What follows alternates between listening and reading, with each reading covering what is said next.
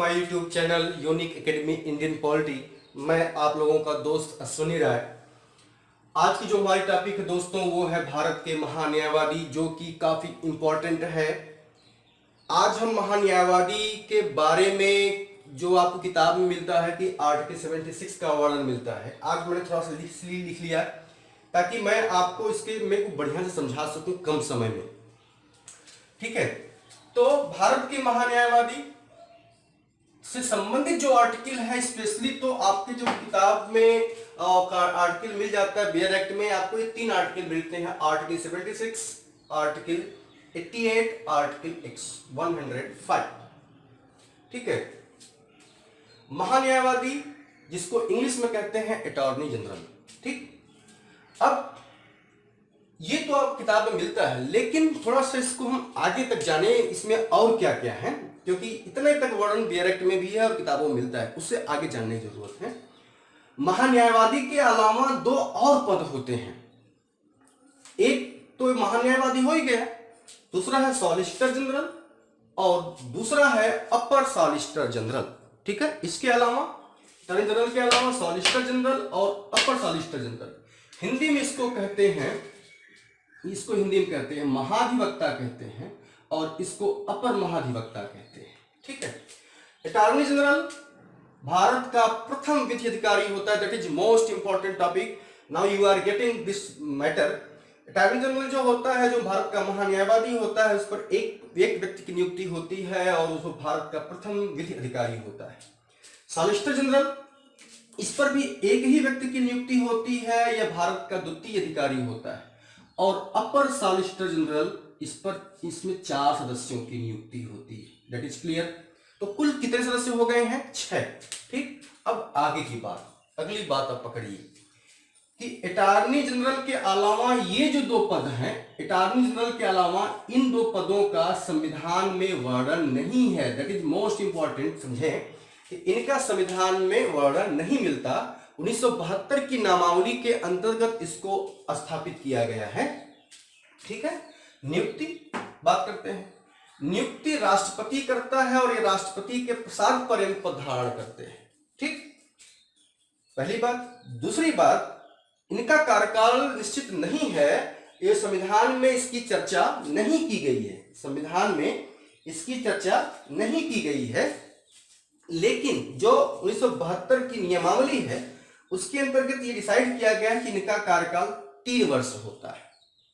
इनका कार्यकाल 3 वर्ष होता है और यहां मैंने लिख दिया है 3 वर्ष, 3 वर्ष, 3 वर्ष। ठीक है, इनका वेतन राष्ट्रपति तय करता है, जो संचित निधि पर भारित नहीं है। और ये आपके लिए इंपॉर्टेंट क्वेश्चन है कि संविधान में वह कौन सा महत्वपूर्ण पद है जिसका वेतन संचित निधि पर भारित नहीं होता है? तो वो कौन है दोस्तों? राष्ट्रपति, महान्यायवादी। ठीक है, इसकी नियुक्ति राष्ट्रपति करता है और प्रधानमंत्री की सलाह, ये व्यवहारिक बात हो गई, प्रधानमंत्री की सलाह से करता है। ठीक है, आगे इसकी चर्चा कर लेते हैं। 88, महान्यायवादी को संसद में बोलने की आजादी है। ठीक है, मतलब वह संसद के किसी भी सदन में बैठ सकता है, अपने विचार व्यक्त कर सकता है। राइट टू एक्सप्रेशन, विचार अभिव्यक्ति की जो आजादी है वो प्रयोग कर सकता है, लेकिन मतदान नहीं कर सकता क्योंकि वह संसद का सदस्य नहीं होता है। ठीक है, सामान्यतः इनका कार्यकाल 3 वर्ष माना जाता है, लेकिन दोस्तों यहां पर मैं बताता हूं, ये एक व्यवहार की बात है। एक व्यवहार में क्या है ये ध्यान दें। व्यवहार की बात क्या है दोस्तों कि जो सरकार या मंत्रिमंडल इस्तीफा देती है, ये लोग कौन?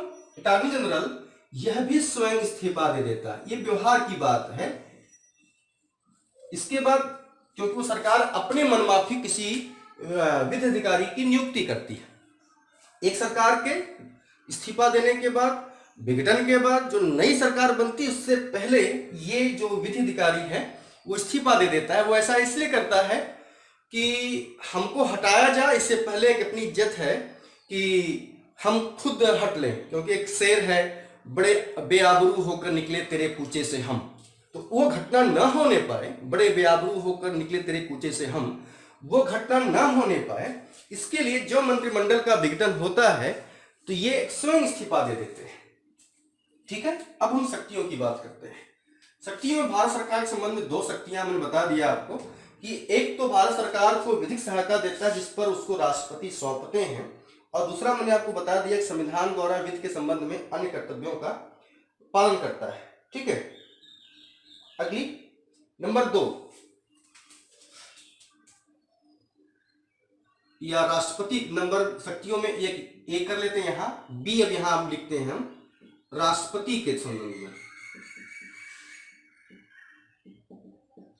राष्ट्रपति के संबंध में इसको देखें। नंबर 1 इसको देखें दोस्तों, राष्ट्रपति के संबंध में इसको देखें क्या कहता है। ये कहता है कि यह सर्वोच्च न्यायालय में सर्वोच्च न्यायालय में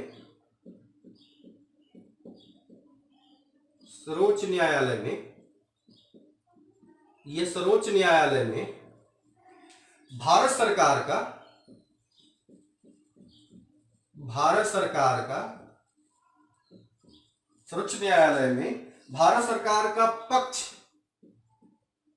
रखने के लिए प्रस्तुत होता है।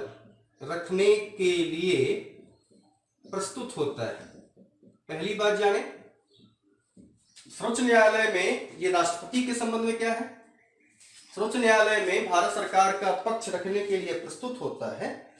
और नंबर 2 आर्टिकल 143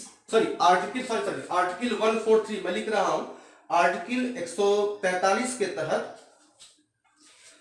राष्ट्रपति की ओर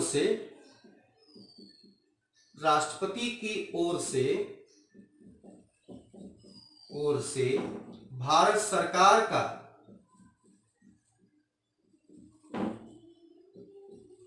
उच्चतम न्यायालय में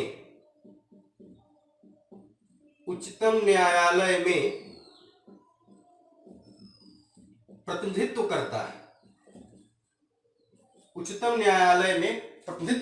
है। और यहां ध्यान दें कि इस टॉपिक पर सुप्रीम कोर्ट महान्यायवादी से यह अपेक्षा करती है कि वह स्वयं उपस्थित होगा, ये दो लोग नहीं आए। अगर ऐसा होता है तो ये सुप्रीम कोर्ट महान्यायवादी की ओर से भारत सरकार को डांट पिला सकती है कि जब इस टॉपिक पर चर्चा हो तो महान्यायवादी स्वयं उपस्थित हो, इन दोनों लोगों को न भेजें। ठीक है, अगली बात नंबर 3 मोस्ट इंपॉर्टेंट, सरकार से संबंधित, बहुत इंपॉर्टेंट, इसको मोस्ट इंपॉर्टेंट कर रहा हूं, इसका मतलब आप समझिए कि एग्जाम में यह प्रश्न आया है, सरकार से संबंधित किसी भी भारत देश के किसी भी उच्च न्यायालय में पक्ष रख सकता है। ठीक है, पक्ष रख सकता है। ठीक, तो अटॉर्नी जनरल पर यह चर्चा हो गई। थोड़ा सा और चीज है, मैं इसको मिटा देता हूं, फिर इसको शायद मैं पूरे टॉपिक को समेटता हूं। ठीक है, यहीं पर ये खत्म हो जाएगा। भारत के महान्यायवादी को दोस्तों कुछ विशेषाधिकार दिया गया है, कुछ उन्मुक्तियां हैं, कुछ प्रतिबंध हैं। जब उसका कार्यकाल समाप्त होता है, ये इंपॉर्टेंट लाइन है कि कार्यकाल समाप्त होने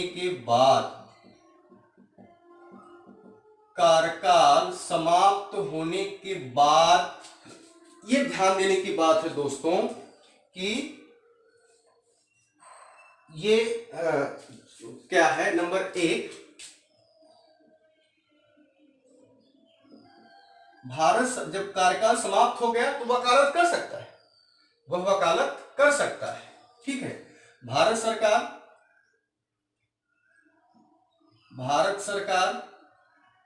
के खिलाफ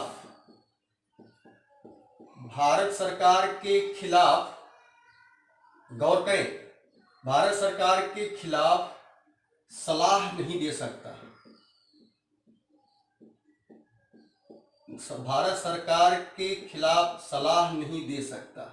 नंबर दूसरी बात जो ध्यान देने की बात है दोस्तों, क्या है कि भारत सरकार के खिलाफ यह कोई मुकदमा, भारत सरकार के खिलाफ यह कोई मुकदमा नहीं लड़ सकता।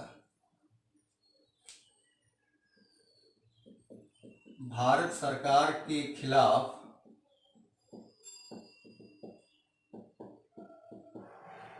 मुकदमा नहीं लड़ सकता, ये इस पर प्रतिबंध है, नहीं लड़ सकता, ठीक है। और नंबर 3, भारत सरकार के खिलाफ मुकदमा नहीं लड़ सकता। और नंबर 3 की बात करते हैं दोस्तों, कंपनी किसी कंपनी का निदेशक नहीं हो सकता, किसी कंपनी का निदेशक नहीं हो सकता, किसी कंपनी का निदेशक नहीं हो सकता। भारत सरकार के खिलाफ मुकदमा नहीं लड़ सकता और किसी कंपनी का निदेशक नहीं हो सकता, ठीक है। ये रहा भारत के महान्यायवादी का पूरी टॉपिक। एक चीज दोस्तों छूट गई, योग्यता। हाँ, महान्यायवादी के पद पर बैठने की योग्यता क्या है, फिर मैं एक साथ इसको समेट लेता हूं टॉपिक को, आपको पूरा याद हो जाएगा योग्यता क्या है। तो यही जानिए योग्यता क्या है कि महान्यायवादी के पद पर नियुक्ति, महान्यायवादी के पद पर जो नियुक्ति हो, जिसकी नियुक्ति होती है वह उच्चतम न्यायालय के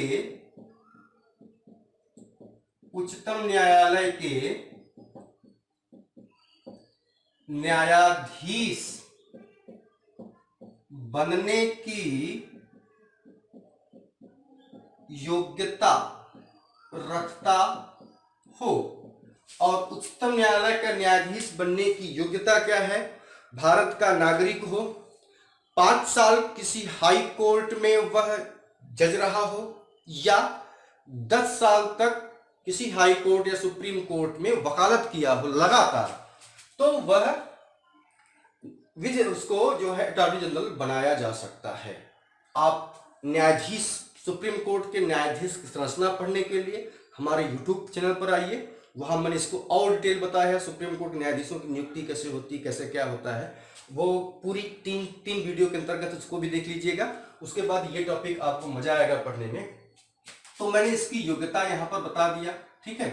अब हम टॉपिक को समेटते हैं और यहीं पर छोटे में आर्टिकल 76, आर्टिकल 88 और आर्टिकल 105, ये 3 चीजें हैं, ठीक। Article 76, article 88, article 105। इसका संबंध महान्यायवादी, यह संसद में बोलने की आजादी,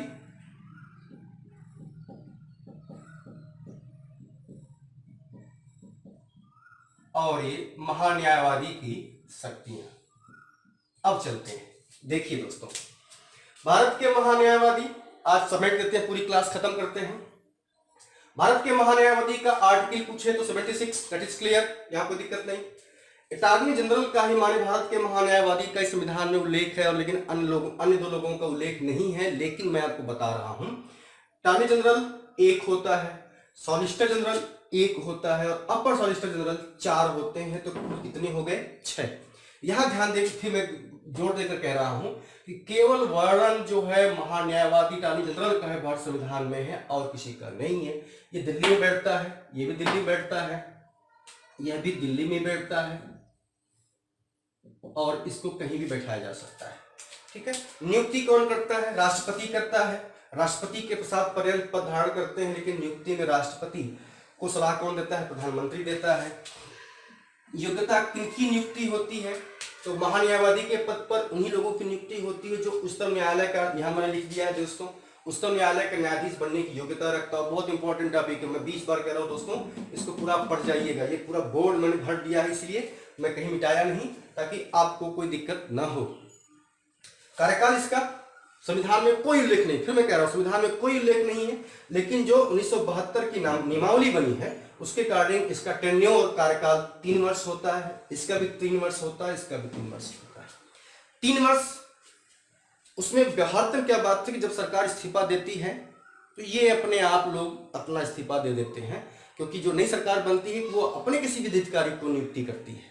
ठीक है, तो अच्छा है कि कोई हमको हटाए, उससे अच्छा बढ़िया है कि हम खुद पहले वहां से निकल जाए। ठीक है, ये स्वयं इस्तीफा दे देते हैं, मंत्रिपद इस्तीफा देते हैं, स्वयं इस्तीफा दे देते हैं। वही शेर कहा कि बड़े बेआबरू होकर निकले तेरी कूची से हम। शक्तियों की बात करते हैं 105।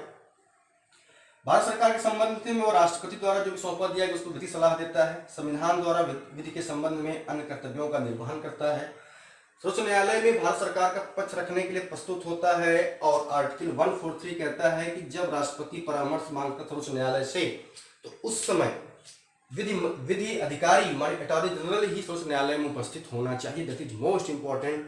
और सरकार से संबंधित पक्ष रखने के लिए किसी भी भारत देश के किसी भी उच्च न्यायालय में जा सकता है।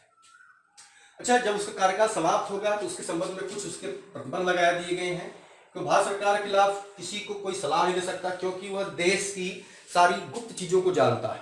जैसे वो ऐसा हो जाए कि आज नरेंद्र मोदी की गवर्नमेंट है, इसके पहले पूर्ववर्ती गवर्नमेंट जो थी मनमोहन सिंह की थी, तो मनमोहन सिंह एज प्रधानमंत्री थे तो वो भारत की सारे सिक्रेसी सारे गुप्त चीज़ों को जानते थे। तो दोनों में विवाद हो गया है, तो मनमोहन सिंह ने कहा कि प्रेस कॉन्फ्रेंस बुलाओ और मैं बताता हूं कि परमाणु बम कहाँ रखे गए, उसका डिकोड क्या है, कोड क्या है। ठीक है, तो ऐसा नहीं होता क्योंकि वह पद और गोपनीयता की शपथ लेता है। ठीक है। नंबर 2, भारत सरकार के खिलाफ वो कोई मुकदमा नहीं ले सकता क्योंकि ऑलरेडी वकील बनने की योग्यता रखता है। तो भारत सरकार के खिलाफ कभी वो किसी पक्ष की ओर से मुकदमा नहीं लड़ सकता, और वह लाभ किसी कंपनी को लाभ देने के लिए किसी कंपनी का निषेध नहीं हो सकता। ठीक है, तो ये आज की हमारी महान्यायवादी की टॉपिक है। ये पूरी तरह से आप कॉपी पर लिख लीजिएगा, डाउनलोड कीजिएगा और रिकॉर्ड करके लिख लीजिएगा। इससे ज्यादा महान्यायवादी पर कभी ना तो प्रश्न बना है ना तो बनेगा।